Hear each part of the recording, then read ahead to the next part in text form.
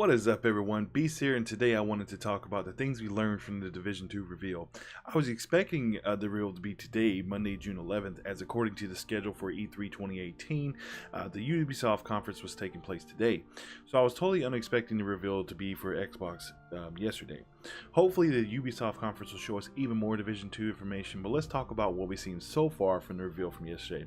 If this is your first time here, welcome to the channel and consider subscribing for more gaming content. We will cover and monitor the Division 2 all the way up until launch and beyond.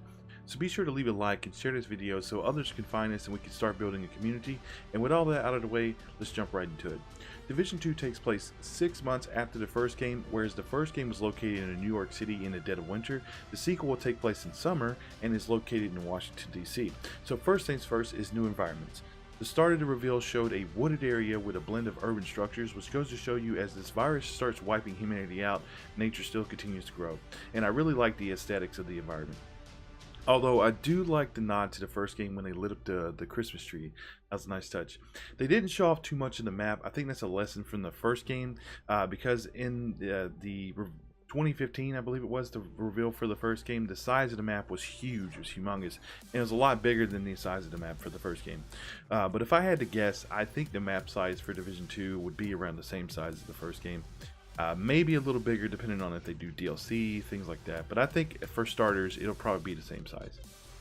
Emotes look to be returning in Division 2, which is nice for personalization of your character, and who loves doing jumping jacks in front of someone and harassing someone to go rogue? Side missions, if that's what this blue symbol represents, seem to be returning as well, and I wonder if the story and the lore of the game will also get more depth because we learned very little about all the story from the first game, so I would love to see the second game step it up and actually tell a story, then give you the guns, rather than just here's a gun, go grind gear sets and weapons, methods from the first game, and most of all shooters for that matter. Games used to be worth more. Before the days of bleeding customers with paid DLC, games used to feature story-driven plots and characters whose arcs were fleshed out in a way that you felt sorrow when they lost someone, you felt anger, you felt revenge, and all other emotional factors. Games here recently have lifeless characters with no emotional attachment to them, so, you know, we can't relate to a number. Alright, a talk for another time. I just had to get that off my chest. Alright, moving on. So speaking of gear sets, it looks like they will be returning, and from the reveal it looks like 5 different sets. And they look to be purple gear. From the first game, gear sets were teal colored, so I'm thinking maybe this means gear sets will have set bonuses on different item rarities as well, such as having a 2-set bonus for purple gear as indicated by the holster and knee pad shown here.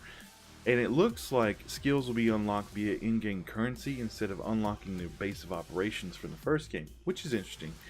Also, a takeaway from this image is that the character has 3 standard weapon slots plus a grenade launcher at the top here, and I wonder if that pertains to a class setup, like will Division 2 offer character classes like a traditional RPG, or will we just have 4 weapon slots? I hope it's the former because class options will be awesome and refreshing to see for the Division.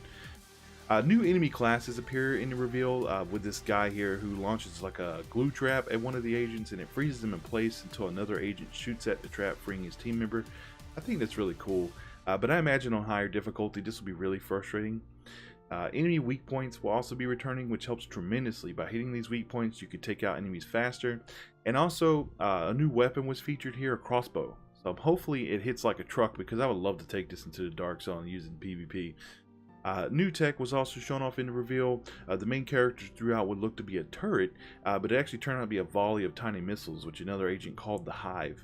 And another agent threw out a drone that functioned like the enemy drone from the first game. So I'm wondering if the drone offers different ammo types like the turret from the first game.